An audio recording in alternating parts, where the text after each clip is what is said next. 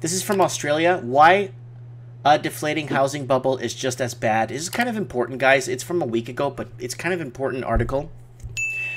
Belinda is in the comments section. Thanks for joining us. Hi, Mike. I think it's a battle between inflation and rising rates. Exactly.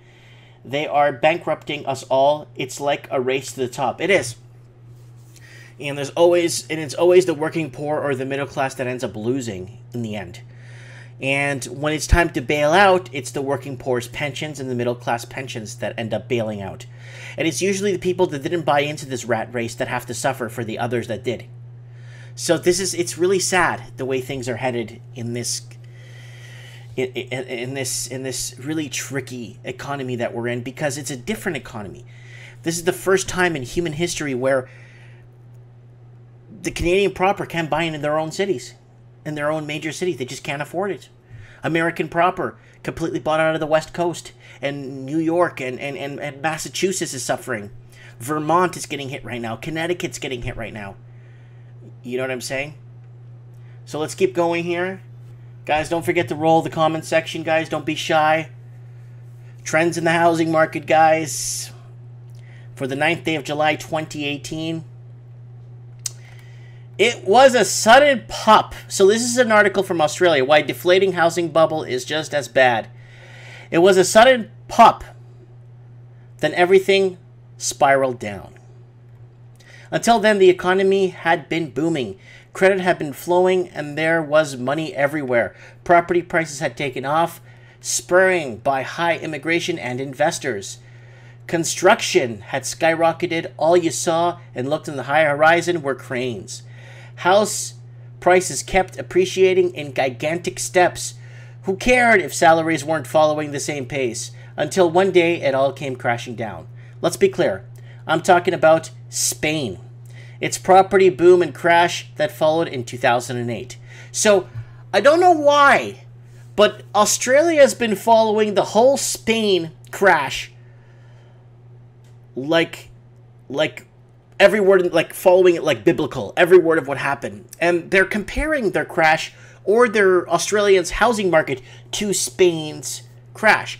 I've received many emails from people down under who sent me articles about Spain. I've read quite a few of them. Those massive abandoned pre-builts. They never get built. Thousands of them. They're trying to be like Portugal, like the Algarve, but they didn't make it. You know what I'm saying? So let's keep going. Australia has also seen a boom of property in the last years. According to CoreLogic, the country has seen a 31% increase in property in the last 5 years. And while properties have been soaring, salary growth has plummeted at the same period. Now things are slowing. But differently from Spain, the property bubble isn't popping, but slowly deflating. Yes, it could be just as bad.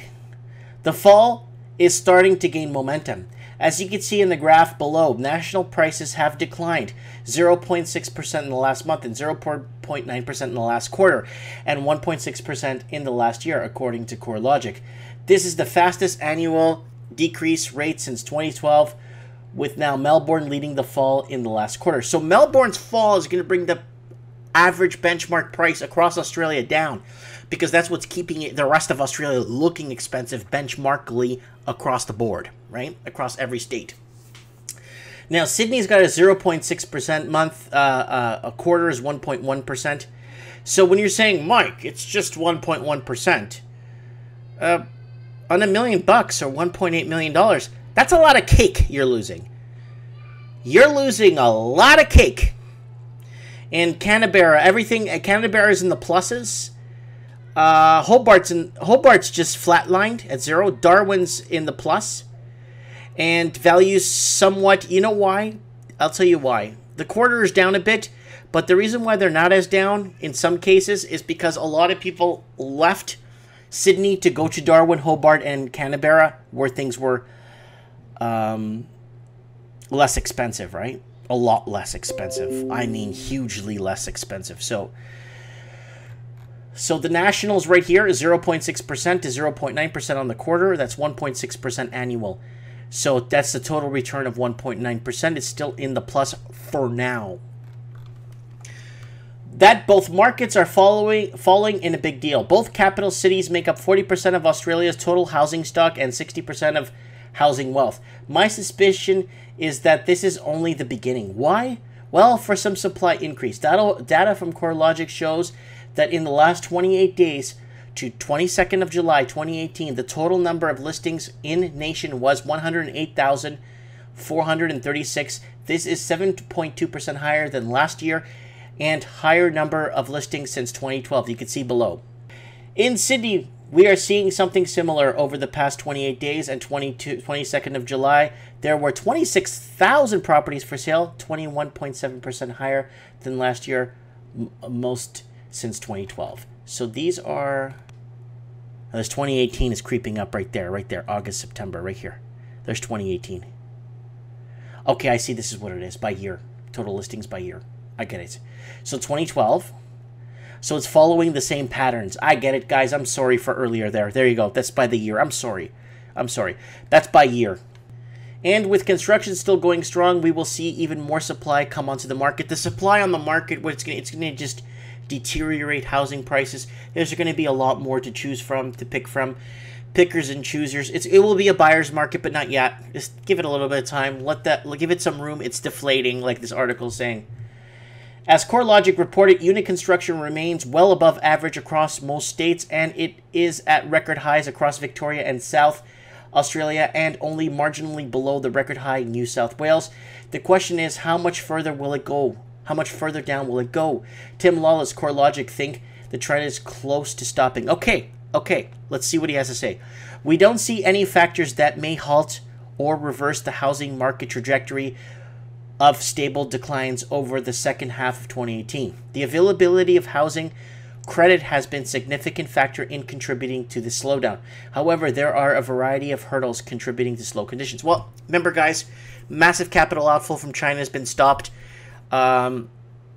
Australian proper have left the major cities to smaller towns. The wagons west, from east to west, wagons west.